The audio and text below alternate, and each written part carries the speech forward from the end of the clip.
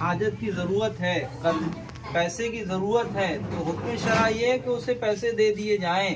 نماز نہیں پڑھ رہا، یہ عمل اس کا اس کے ساتھ ہے، لیکن ہمیں اس واقعے سے درس یہ حاصل ہوتا ہے کہ ہم لوگ واقعی کہیں نہ کہیں بہت غلط راستے پر ہیں۔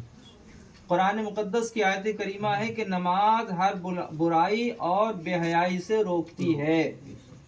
میں نماز پڑھ رہا ہوں، آپ نماز پڑھ رہے ہیں، تو آپ شراب کی بھٹی پہ چلے جاؤ گے؟ جہاں جوا ہو رہا ہے ہم لوگ وہاں تاش کھیلیں گے جا کے؟ اس لیے کہ ہمیں اللہ کا ڈر تو ہونا ہی چاہیے، لیکن عوام کا بھی ڈر بہت ہے کہ لوگ کیا کہیں گے کہ 5 وقتی نمازیں پڑھ رہا ہے اور جوا کے اڈے پہ بیٹھا ہوا ہے، شراب کی بھٹی پہ جا رہا ہے۔ تو نماز ایک ایسا فارمولہ روحانی ہے کہ جو لوگ نماز کے عادی ہو گئے تو یقین جانے چاہے وہ سفر سے رات کے 3 بجے آئیں، جب تک وہ نماز نہیں پڑھ لیں گے انہیں سکون حاصل نہیں ہوگا۔ آج کی محفل ہے، ابھی کچھ دن پہلے یہاں ختم قادریہ کا اہتمام کیا گیا تھا، دعائیہ محفل تھی ایک، تو اس میں ہم 5-6 لوگ یہاں آئے تھے، فاتحہ خوانی ہوئی۔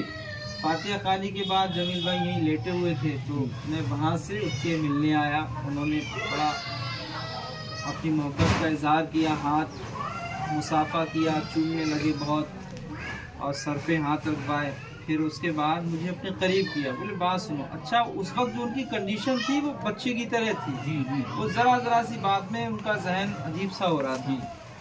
تو کئی لوگ موجود ہوں گے اس وقت جب انہوں نے مجھے اپنے قریب کیا اور کان میں جو مجھ سے بات کہی، وہ شاید انتقال والے دن میں نے کسی سے شیئر کی تھی، ورنہ اب میں شیئر کر رہا ہوں۔ انہوں نے کان میں مجھ سے یہ کہا کہ نماز جنازہ آپ ہی میری پڑھانا، یہ کہا، اور میری آنکھیں بھر آئیں، میری آواز نکلنا ایک دم دشوار ہو گیا کہ یار یہ بندہ 2 مہینے پہلے اچھا خاصا تھا، اٹھا کٹا تھا، کوئی دقت نہیں تھی، ساری پریشانیاں دور ہو گئیں، لیکن اللہ کی مرضی تو ہے یہ کہ 2 مہینے میں چل بسے، کیا لے گئے؟ کچھ نہیں لے گئے۔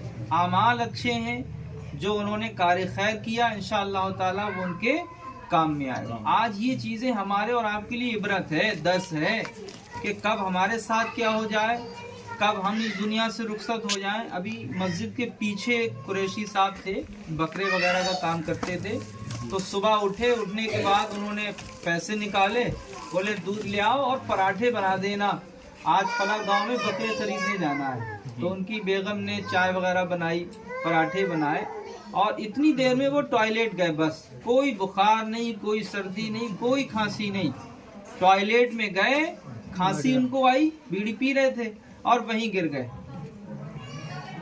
یہ کیا ہے؟ اب بھی ہم ہوش کے ناخن نہیں لیں گے تو کب لیں گے؟ کیا ہم اس چیز کا انتظار کر رہے ہیں کہ ہمیں فلاں بیماری ہو تب ہمارا انتقال ہوگا؟ ہم ٹرین کے سامنے آ جائیں تب انتقال ہوگا؟ ہم بائک کے سامنے آ جائیں تب انتقال ہوگا؟ ہمارے ہاں یہ رفیق بھائی کہ یہ یہاں پر جو رہتے ہیں، ان کا بڑا بیٹا عشاء کے بعد کھانا کھایا، کھانا کھانے کے بعد کرسی پہ بس بندہ بیٹھا، کوئی دقت نہیں یار، کوئی پریشانی نہیں، کوئی ٹریٹمنٹ نہیں، کرسی پہ بیٹھے اور وہیں انتقال ہو گیا۔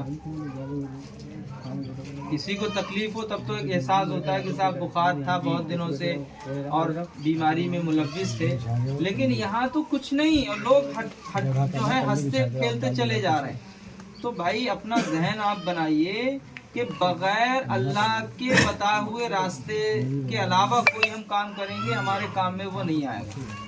آج ہم بوڑھے ہو گئے، ہمارے چہرے پہ داڑھی نہیں ہے، 60-70 سال کے ہو گئے، ابھی بھی ہمیں امید ہے کہ ہم جب مر جائیں گے تو کیا ہمارے آقا صلی اللہ علیہ وسلم ہمارا چہرہ دیکھ کے ہم سے خوش ہو جائیں گے؟